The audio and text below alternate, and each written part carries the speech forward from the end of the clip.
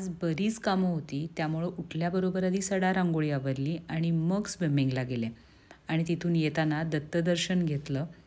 सकाळी सकाळी असं मस्त दर्शन झालं ना, खरंच खूप बरं वाटतं आणि मी ज्यावेळी जाते तेव्हा तिथली पूजा चालू असते, त्यामुळं मन आणखीनच प्रसन्न होतं.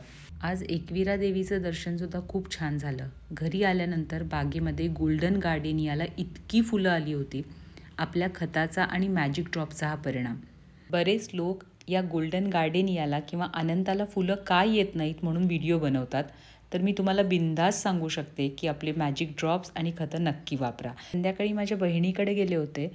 त्या हँडमेड आणि मशीनमेड स्वेटर्स बनवतात. खूप छान छान कलरमध्ये त्यांच्याकडे ही व्हरायटी उपलब्ध आहे आणि महत्त्वाचं म्हणजे वर्धमान वूलपासून हे बनवतात, जे बेस्ट क्वालिटी वूल आहे.